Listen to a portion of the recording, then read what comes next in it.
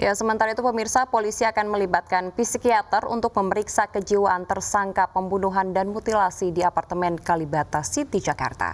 Psikiater dilibatkan terutama untuk tersangka DAF yang berperan sebagai eksekutor pembunuhan hingga mutilasi.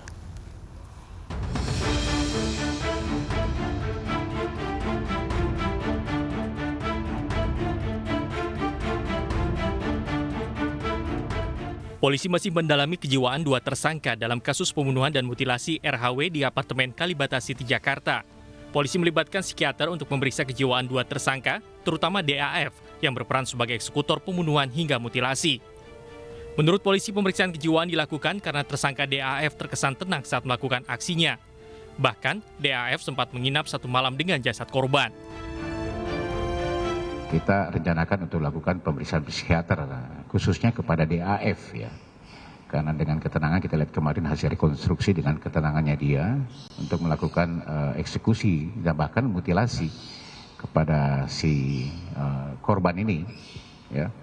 Mungkin teman-teman media kan kemarin ikut juga pada saat rekonstruksi. Makanya nanti akan kita rencanakan untuk hal tersebut, untuk kelengkapan lagi berkas kita untuk sebagai bahan masukan kepada jaksa penuntut umum maupun juga dari hakim nantinya yang akan menyidangkan. Kasus mutilasi ini terungkap saat penghuni lantai 16 apartemen Kalibata City curiga karena mencium aroma tidak sedap dari salah satu kamar sehingga memanggil pengelola apartemen dan polisi 16 September lalu. Hasil pemeriksaan menunjukkan jasad termutilasi adalah RHW yang dilaporkan menghilang oleh keluarganya sejak 9 September.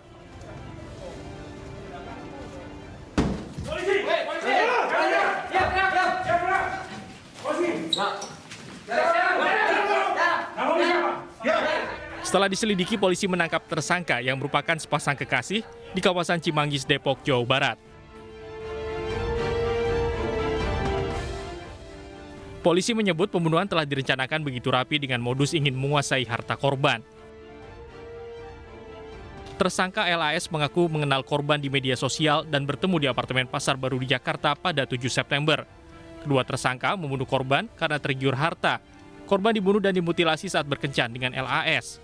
Dua tersangka membawa jasad korban ke apartemen Kalibata untuk disimpan sementara sambil menyiapkan rumah sewaan di Cimanggis, Depok sebagai tempat penguburan.